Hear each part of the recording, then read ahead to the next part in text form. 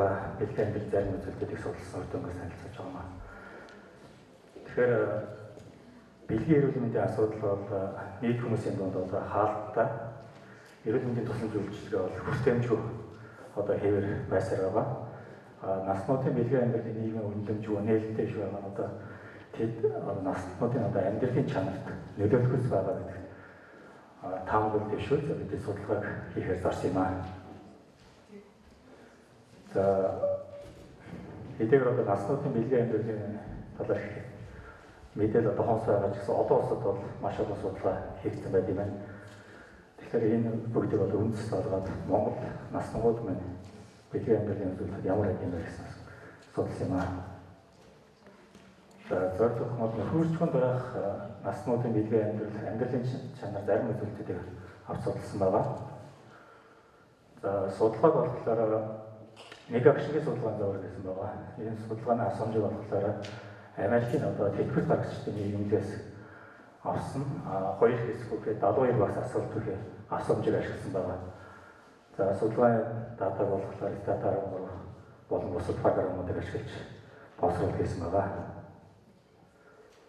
За судалгаанд оролцогчдыг бол геронтологийн үндэсний төвийн амбулатороор үйлчлэж байгаа үйлчлүүлэгчдээс за баталгаа болох хууль сахиулагч адвокатчдын нэгдсэн эмнэлэг, уламжлалт ухаан, шинжилгээ ухааны үйлдвэрлэлийн технологийн клиникийн корпорацийн эмнэлэг, тэгээд гариг манлайн эмнэлгээр үйлчлэж байгаа 45-аас дээш насны 112 үйлчлүүлэгчдээс сайн дурын 9 төвшөөрөл судалгаанд хамруулсан байгаа. За судалгааны асуумжийг бол ганцаарчлсан өрөөнд авсан байгаа. За судалгаа болохоор 2016 оны 5 сарын 1-ээс 8 сарын 1 хүртэл авсан байгаа. За судалгаанд оролцогчдын дундаж нас бол 61.2, эрэгтэйчүүдийн хувьд бол 50.3 байсан, эмэгтэйчүүдийн хувьд 44.6% байсан байна. За судалгаанд оролцсон боловсролын түвшин гол үзэхэд болохоор 35.7% дээд боловсролтой, 53.6% дунд боловсролтой, 7.1% бага боловсролтой, 3.6% бол боловсролгүй хүмүүсээс байна. За судалгаанд оролцогчдын бэлгийн харилцаанд орж байгаа айлаар үзэхээр 54% бол бэлгийн идэвхтэй харилцаанд орж байсан байна. 44% нь бол бэлгийн харилцаанд орохоо болцсон байсан, оролцож байсан байна. За бэлгийн идэвхтэй харилцаанд орж байгаа хүйсийн байдлаар үзэхээр эрэгтэйчүүдийн 61.3%, эмэгтэйчүүдийн 44% бэлгийн харилцаанд орж байсан байна. За насны байдлыг үзэхээр бэлгийн харилцаанд идэвхтэй орж байгаа хамгийн өндөр настай эрэгтэйчүүдийн бол 75 настай хүн байсан. Эмэгтэйчүүдийн хувьд бол 67 настай хүн байсан. За бэлгийн харилцаанд идэвхгүй юу орохгүй оролцогчдоос үзэхээр хамгийн бага юу бэлгийн харилцаанд орох байгаа эрчүүд нь болохоор 56 настай хүн байсан байна. Эмэгтэйчүүдийн 52 настай хүн байсан. За 70-аас дээш насны оролцогчдын одоо 42.9% бэлгийн харилцаанд орж байна гэсэн судалгааны үр дүн гарсан байна. За бэлгийн харилцаанд орохгүй болсон шалтгаан одоо 44% орохгүй байгаа хүмүүсийн ямар шалтгаанаас орохгүй болсон бэ гэдэг үзэхээр хамгийн их шалтгаан буюу одоо хамтрагч байхгүй, хамтрагч нас барсан ийм хүмүүс байсан байна. За дараагийн шалтгаан болохоор одоо өөрийн болон хамтрагчийн эрүүл мэнд муудсан одоо тэгээд тустай амьдрал болсон хамгийн бага бэлгийн дур хүсэл буурсан гэсэн хариулт өгсөн байна. За бэлгийн харилцаанд орохгүй болсон шалтгааныг хүйсийн байдлаар үзэхээр за бэлгийн дур хүсэл буурсан эрчүүдэд энэ хамгийн их байсан байна. Эмэгтэйчүүдийн хувьд эрүүл мэнд муудсан шалтгаан харин хамтрагч байхгүй гэдэг шалтгаан бол эрэгтэй эмэгтэйчүүд дийлэнх хувийг эзэлжсэн байна. За амьдралын чанарын одоо өөрийн өмнөх хувийг ледер офлайн гэдэг үндэгэд болохоор оролцогчдын одоо 68-аас 7% болохоор 8-аас 11% сайн үнд өгсөн байгаа. Тэгэхээр энийг хүйсийн байдлаар үзэхээр эмэгтэйчүүдийн 60.7%, эрэгтэйчүүдийн 67.7% бол амьдралынхаа чанарыг бол сайн гэж үнсэн байна. За амьдралынхаа чанарыг үнсэн байдлыг одоо хүйсийн байдлаар үзэхээр за бэлгийн харилцаанд идэвхтэй орж байгаа наснуудын хувьд болохоор 78.9%, эрэгтэйчүүдийн 78.9% нь болохоор сайн гэж үнсэн байна.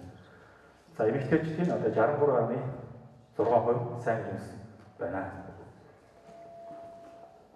За бэлгийн харилцааны сэтгэл хангамж нь одоо эрүүл идэвхтэй байхад чухал нөлөөтэй хэсэг асуултанд бол нийт оролцогчдын эмэгтэйчүүдийн 68%, эрэгтэйчүүдийн 48.4% нь бол чухал нөлөөтэй гэж үзсэн байна. За бэлгийн харилцааны үеийн сэтгэл хангамж нь одоо сайхан харилцаатай байхад чухал нөлөөтэй хэсэг гэсэн асуултанд одоо эрэгтэйчүүдийн 61, эмэгтэйчүүдийн 64% нь бол энэ чухал нөлөөтэй гэж үзсэн байна. За бэлгийн харилцааны сэтгэл хангамж нь оюун санааны сайн сайхан байдалд нөлөөтэй хэсэгтэй. Эмэгтэйчүүдийн 72%, эрэгтэйчүүдийн 54.8% бол одоо чухал нөлөөтэй гэж үзсэн байна. За бэлгийн харилцааны сэтгэл хангамж нь одоо өдөр тутмын ажил хөдөлмөрт хэрэг нөлөөлж байна гэсэн дөрөв эрчүүдийн одоо 25.8% чухал нөлөөтэй гэсэн байна. Эмэгтэйчүүдийн 40% чухал нөлөөтэй гэж үзсэн байна. За бэлгийн амьдралын одоо бэлгийн амьдралдаа сэтгэл хангамжтай байдлыг аваад үзэж байгаа юм болохоор нөгөө идэвхтэй байгаа наснуудын хувьд. Тэгэхээр эмэгтэйчүүдийн 80% бол бэлгийн амьдралдаа сэтгэл хангамжтай байгаа. Эрчүүдийн одоо 66.7% бэлгийн амьдралдаа сэтгэл хангамжтай гэсэн төрөлд өгсөн байна. За бэлгийн амьдралын сэтгэл хангамжийг насны байдлаар аваад үзэхээр 65-аас доош дээш наснд болохоор бэлгийн амьдрал сэтгэл хангамж буурч эхэлсэн байна. Энэ харагдаж байна.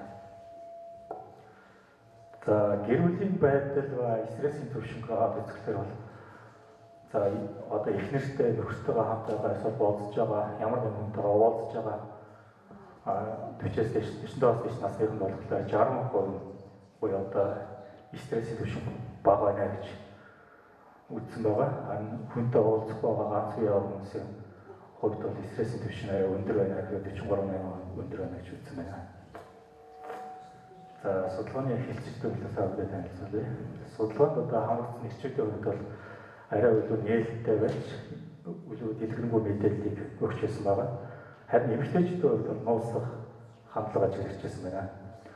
За бэлгийн харилцааны идэвхтэй байгаа судалгаанд оролцогчдын эрэгтэйчүүдийн одоо 78.9%, эмэгтэйчүүдийн одоо 63.9% нь одоо өөрийнхөө амьдралыг 8-аас 10 оноор буюу сайн гэж үнэлсэн байна.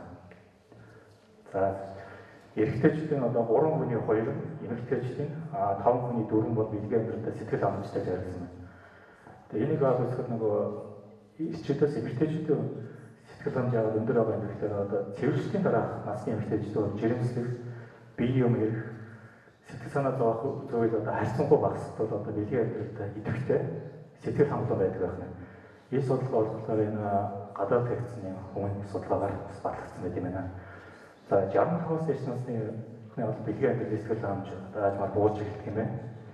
70-аас дээш насны эрчүүдийн одоо 42.9% нь одоо бэлгийн харилцаанд орж байгаа. Эмэгтэйчүүд бол 70-аас дээш насны эмэгтэйчүүд бэлгийн харилцаанд орж байгаа хүн байхгүй байсан. Тэгэхээр гадаад хэрэгцээ судалгаагаар үзэхээр 80-аас 102 насны эрүүл мэндийн хувьд сайн өндөр настангуудын донд судалгаа явуулахад эрэгтэйчүүдийн 60%, эмэгтэйчүүдийн 32% бэлгийн харилцаанд ордог гэсэн судалгаа бас хийгдсэн байт юм байна. За их нэртэй нөхөртөө хүнтэй уулзж байгаа, болцож байгаа судалгаанд оролцогчдын хувьд одоо бэлэвсэн ганц үе хүнтэй уулзахгүй байгаа оролцогчдоос бол стрессийн түвшин харьцангуй бага байдаг гэсэн. За тогтмол одоо бэлгийн харилцаантай байгаа бие болон сэтгцийн хувьд эрүүл мэндийн хувьд одоо сайн байгаа байдлыг дэмждэг гэсэн ийм судалгааны үр одоо бас гарсан байт юм байна. За бидний судалгаагаар цаашид юуг анхаарах вэ гэхээр одоо эрүүл мэндийн тусламж үйлчилгээ үзүүлж байгаа хүмүүс одоо эрүүл мэндийн мэргэжлүүдийн хувьд бол насны бэлгийн амьдралын талаар ер нь асуудаггүй талын боловсрол их дутмаг байдаг. Тэгэхээр асуудаггүй зарим шалтгаанаас нь дөрвөл одоо их сургуульд одоо насны бэлгийн амьдралын талаар хичээл сургадаг хөтөлбөр хангалтгүй бараг цөөхөн ерөнхийдөө одоо хүний бэлгийн амьдрал гэсэн сүүлийн жилүүд ордог болсон болохоос дээр бараг ордоггүй байсан юм шиг. За энэ талаар асууж ярилцах хангалттай цаг байдаг энэ эмнэлгийн мэргэжилтэд байна. За энэ эмнэлгийн мэргэжилтэнд үзлэг зөвлөгөө өрөөний нууцлын асуудал хүнд байдаг. Яг тэгэхээр зөвхөн одоо 1-р шатлалын ч юм уу 2-р шатлалын хэрэглэгчдээр яваад зөвлөгөө авах хэрэгтэй. Өрөөний хөрөлцөө муутай асуух бас ичсэн болдог тийм байдаг байна. За мөн одоо энэ жинхэнэ мэрэгжлийн асуудал бол өвчтний одоо дургүй хүрэх эсвэл ичх байдлаас зайлсхийх асуудал энэ талаар асуудаггүй өнгөрөөдөг байна. За ингээд таарханд баярлалаа.